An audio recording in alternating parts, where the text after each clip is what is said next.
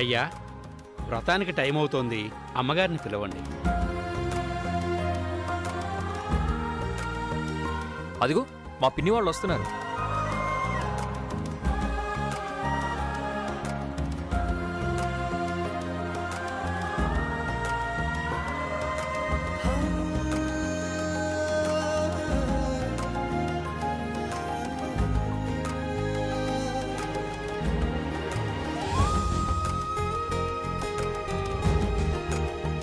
ఏర్పాట్లన్నీ పూర్తయ్యాయి వదినా. నువ్వు అన్నయ్య పీట్ల మీద కూర్చోవడమే ఆలస్యం.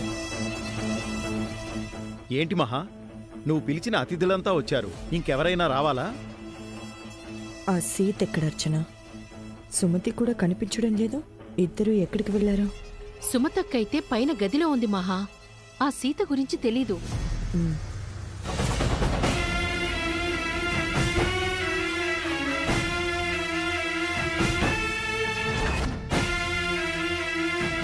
పిన్ని, ఒకసారి అటు చూడండి, సీత వదిన ఎవరిని తీసుకొస్తుందో.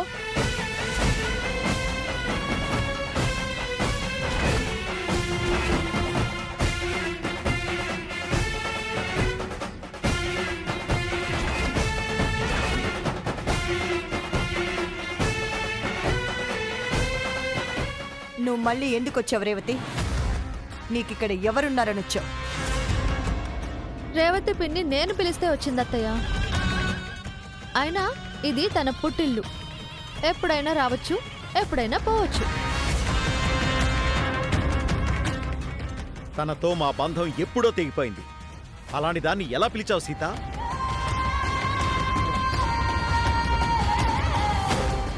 ఆస్తిలో వాటా తీసుకుని వెళ్ళిన రోజే తనెవరో మేమెవరో అనుకున్నాం. ఇప్పుడు దేనికోసం మళ్ళీ వచ్చింది?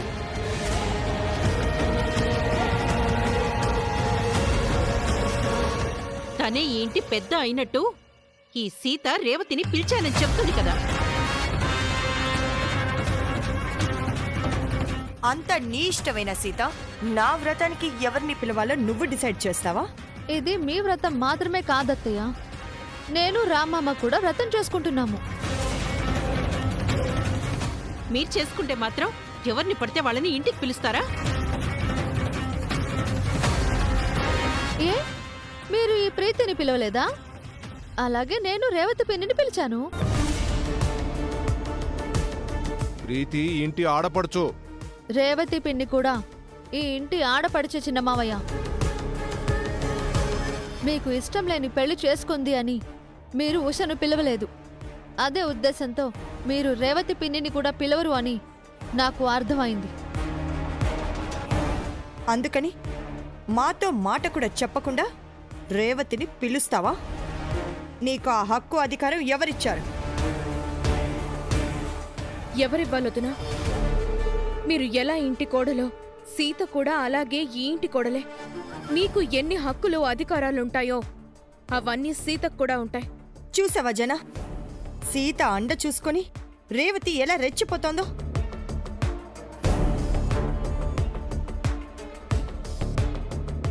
నేను శుభవాని వ్రతం చేసుకుంటుంటే మన మనసుకి కష్టాన్ని, మన ఆస్తికి నష్టాన్ని తీసుకొచ్చిన రేవతిని సీత పిలిచింది.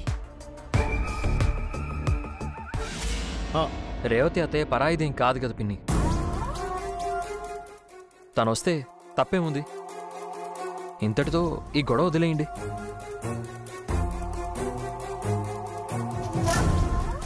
రామ్ చెప్పింది కరెక్టే మహా.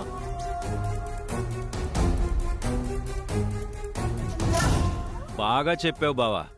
మీ పెళ్లి రోజు కూడా ఇలాగే గొడవ జరిగి అందరం అప్సెట్ అయ్యాం. అదే సీను ఇప్పుడు రిపీట్ చేయడం ఎందుకు? నువ్వు ఆపుతావా అన్నయ్య? నీ కోపంతో నువ్వే ఈ వ్రతం ఆపేలా ఉన్నావు చెల్లాయ్. అందుకే చెప్తున్నాను. బావున్నారా రేవతి గారు? మీ వారెలా ఉన్నారు? వ్యాపారం ఎలా సాగుతుంది? సీత దయ వల్ల మా పెళ్లి జరిగింది చలపతి గారు. మా కాస్తి కలిసొచ్చింది. ఇప్పుడు చాలా బాగున్నా. మనం సుమతి అత్తమ్మను కలిసొద్దాం రండి పిన్ని.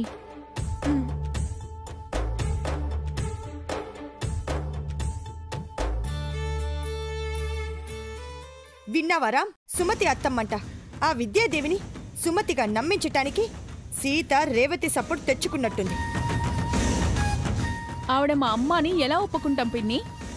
ఎవరు నమ్మినా నేను నమ్మను. నా పెళ్లిలో చేసినట్టు ఇప్పుడు చేస్తే ఊరుకోను.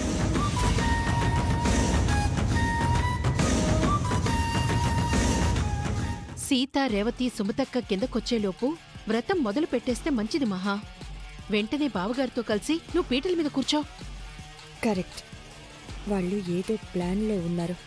వాళ్ళది స్టార్ట్ చేసేలోపు నేను వ్రతాన్ని స్టార్ట్ చేస్తాను. జన, నువ్వు రామ్ చెప్పినట్టు అనవసరంగా గొడవెందుకు? మనము వ్రతం మొదలు పెడదాము. పద, పీటల మీద కూర్చుందాం.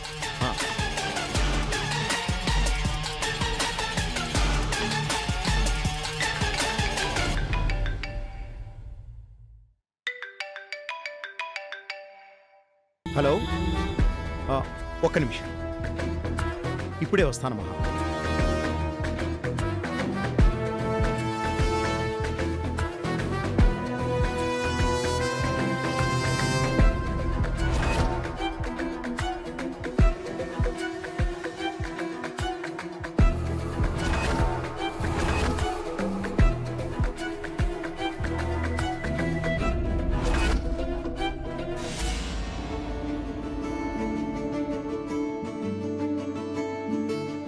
అత్తమ్మా, ఎవరొచ్చారో చూడు.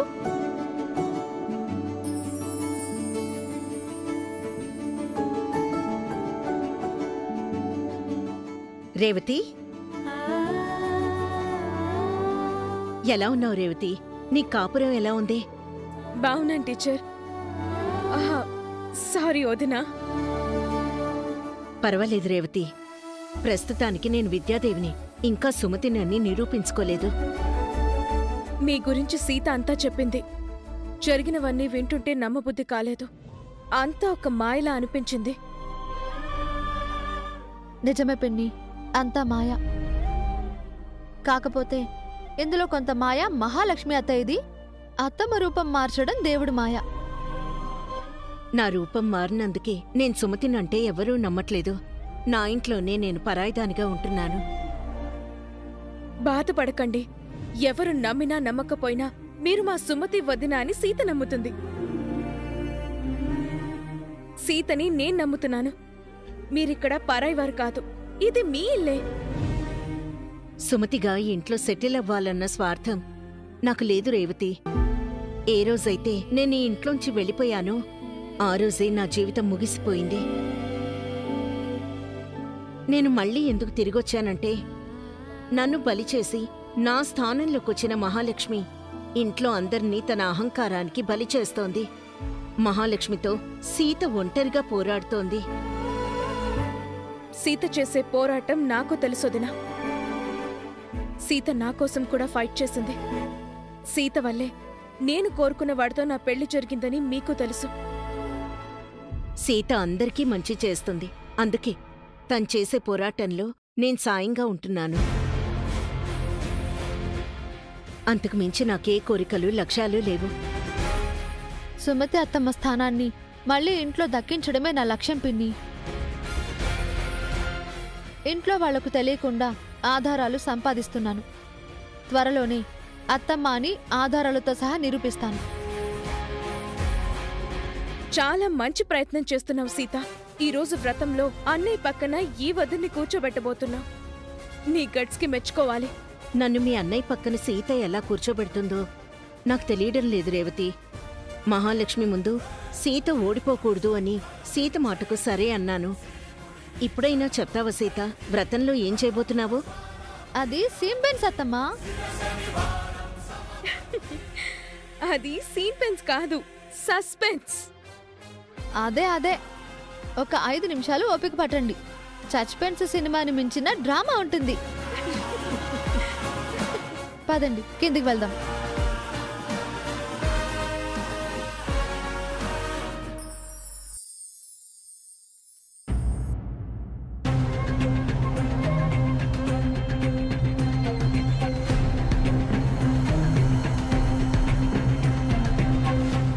ఫోన్ మాట్లాడాలి అని వెళ్ళిన జనాబావా ఇంకా రాలేదేంటి మహా? వ్రతం టైంలో ఈ ఫోన్ ఏంటో. ఫోన్ మాట్లాడడానికి వెళ్ళాడో లేక నీతో వ్రతం చేసుకోవడం ఇష్టం లేక ఎటైనా జంప్ అయిపోయాడేమో చెల్లాయ్.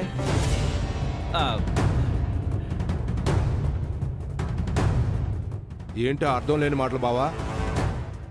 నాన్నెందుకు అలా చేస్తారు మావయ్య? వ్రతానికి టైం అవుతుంటే నాన్న ఎక్కడికి వెళ్ళినట్టు? నేను సీత కూడా వ్రతంలో కూర్చోవాలి కదా. ఆయన్ని త్వరగా పిలవండి అమ్మా. ముహూర్త సమయం దగ్గర పడుతోంది. మళ్ళీ రాహుకాలం వచ్చేస్తుంది.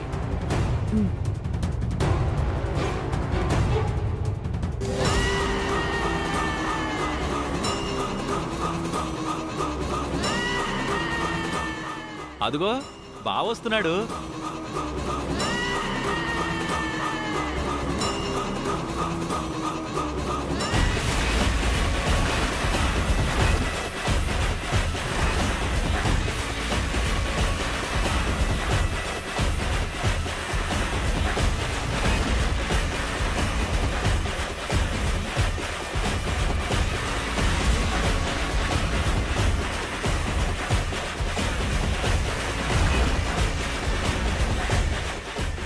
సినిమాలో ఇంటర్వెల్ బ్యాంగ్ లాగా ట్విస్ట్ అదిరింది. జనార్దన బావతో సుమతి అక్క అలియాస్ విద్యాదేవి టీచర్ జంటగా వస్తోంది.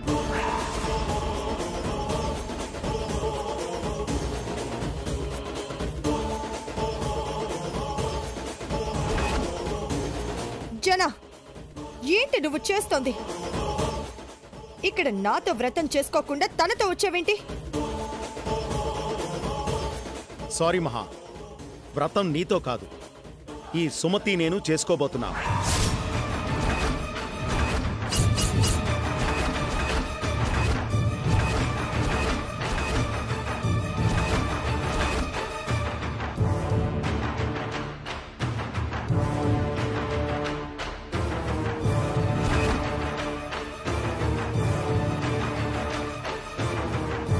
ఏం మాట్లాడుతున్నావు జనా?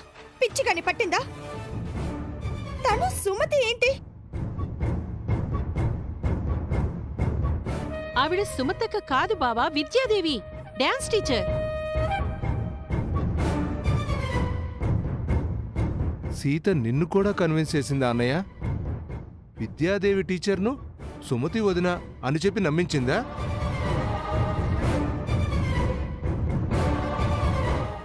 సీత చెప్తే మాత్రం మీరెలా నమ్మారు నాన్న? ఆవిడ మా అమ్మ కాదు అని పిన్ని చెప్తోంది కదా. సీత వదిన నా పెళ్లిలో కూడా ఇలాగే చేసింది నాన్న. ఆవిడ్ని మా అమ్మ అని నమ్మించి నీతో కలిసి కన్యాదానం చేయించింది. పిన్నిని అవమానించింది.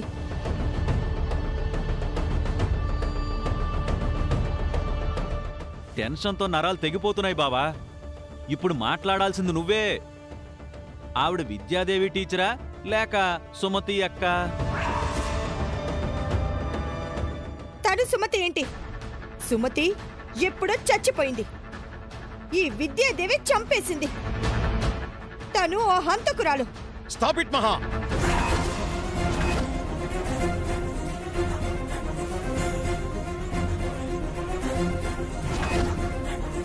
ఎవ్వరూ మాట్లాడకండి. మాట్లాడితే ఇంట్లోంచి గెంటేస్తాను.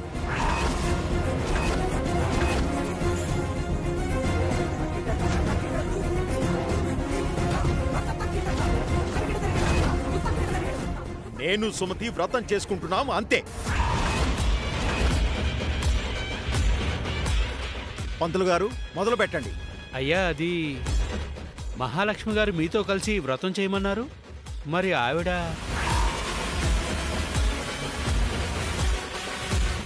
ఆవిడ మా బావగారు ఆవిడే. చెబుతున్నారు కదా పంతులు గారు. అంటే జనార్దన గారికి ఇద్దరు భార్యలా? అవును పంతులు గారు. ఏడుకొండల వాడికి శ్రీదేవి భూదేవి ఉన్నట్టు, శివుడికి పార్వతి గంగా ఉన్నట్టు, మా మావయ్య గారికి ఇద్దరు భార్యలున్నారు. ఈవిడ పెద్దావిడ, ఈవిడ చిన్నావిడ. ఏం మాట్లాడుతున్నావు సీత? నిన్ను మాట్లాడదని చెప్పానా మహా?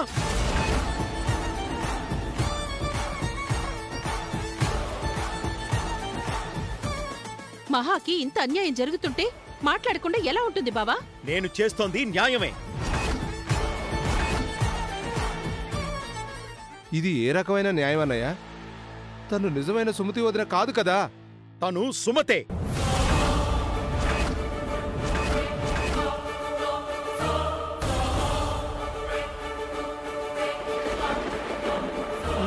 సూపర్ బావా, సీత కన్నా స్ట్రాంగ్ గా చెప్పావు.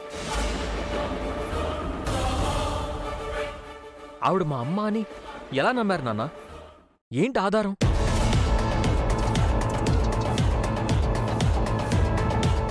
సీత వదిన నిన్ను మాయ చేస్తుంది నాన్న. ఆవిడ మా అమ్మ కాదు. ఈ వ్రతం పూర్తయ్యే వరకు ఎవ్వరూ మాట్లాడకండి.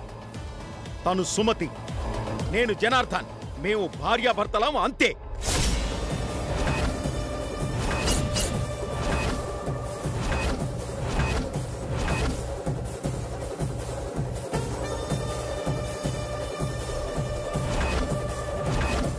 అయితే తమరు మీ ఇద్దరు భార్యలతో కలిసి వ్రతం చేస్తారా?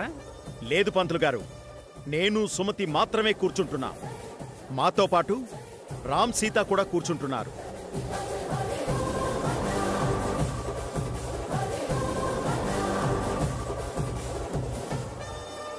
కూర్చోండి.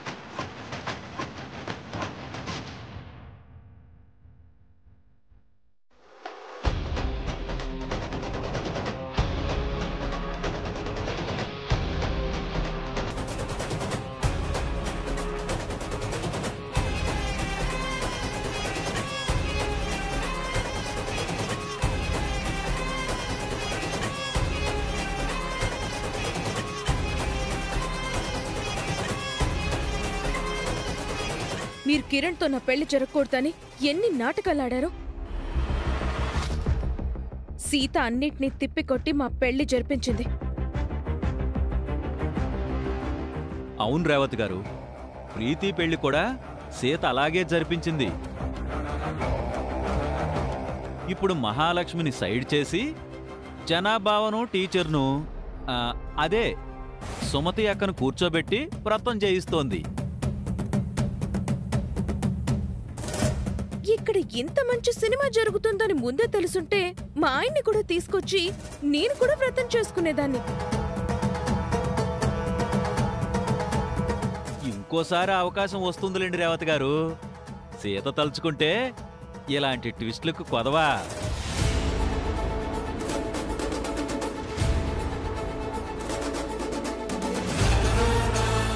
జన చివరి నిమిషంలో ఇలా ఎందుకు చేస్తున్నట్టు? సీత ఏం చెప్పి కన్విన్స్ చేసింది? అసలు ఏం జరిగింది?